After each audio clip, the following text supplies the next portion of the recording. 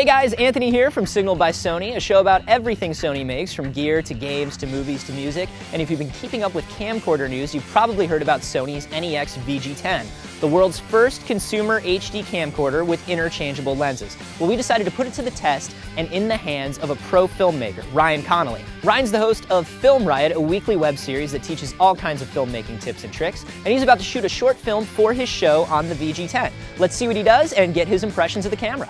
And rolling. So Ryan, what lens are we using right now? We're currently shooting on the 24 through 70 Zeiss, which is a huge plus because Zeiss glass is amazing. But it's also a zoom lens, and since we're kind of shooting fast right now, I can usually punch in and out of different focal lengths and make this go a lot quicker since we don't have a lot of time to shoot today. And action.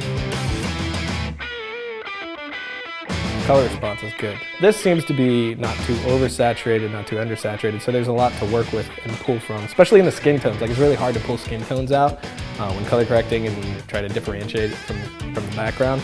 Whereas this, I really like how it captures the skin tones, which it makes for a much easier color correction. What are we working with now?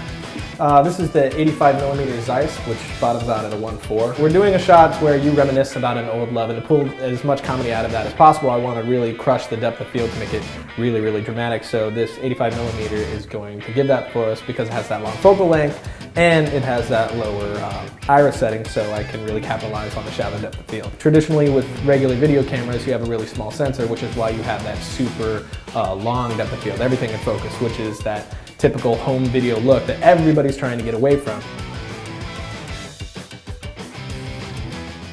So Ryan, you've been using the VG10 for a little while now. What have been some of your favorite things about the camera? Well, I've been using DSLRs primarily lately, so just coming back to some of the typical things of a camcorder that I've missed so much, didn't realize how much I missed, like just having a handle on the top, being able to hold it like a proper camcorder, having audio inside the camcorder, things like that.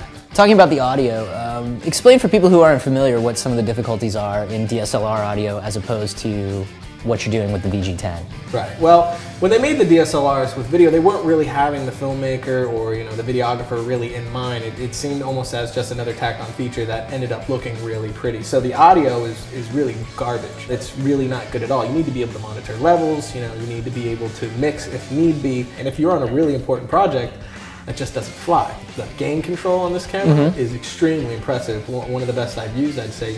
In the sketch, we went from talking low to screaming, and it never peaked. It's just controlling it perfectly. So I'm not even having to worry about mixing it myself. It's doing it perfectly. What else in the VG10 really helped us out? Obviously, we wanted to get like a really good look, a good film look. So that giant sensor size in a camcorder like this, being the first, was a huge plus. So you do a lot of effects heavy work, obviously. How does the VG10 help out with that? When it comes to cameras like this, they're really interchangeable when it comes to effects. But the one thing that we were doing today was green screening. And depending on your camera, it can make green screening a little bit difficult depending on how it deals with color. Okay. But from what I've seen in camera so far, it looks like it's going to key beautifully. It's really pulling the greens out. Its big downside is that it doesn't do 24p, but you can always convert that later in post, so it's not really that much of a hurdle. So as a filmmaker, what would you say the best situations for the VG10 would be? I think there's a lot of situations that the VG10 would be good in. Off the top of my head, one of the best would probably be like the documentary type shooting, that run and gun type documentary. I mean, it's a small camera that can be just shoved in a backpack and go. It's a really resilient camera. It doesn't feel like flimsy. And pretty much anything. There's not many things I wouldn't use it for. So those are Ryan's impressions of the VG10. If you want to see the entire episode of Film Riot, you can watch it right on our site at sony.com/signal. For now, this is Anthony for Sony.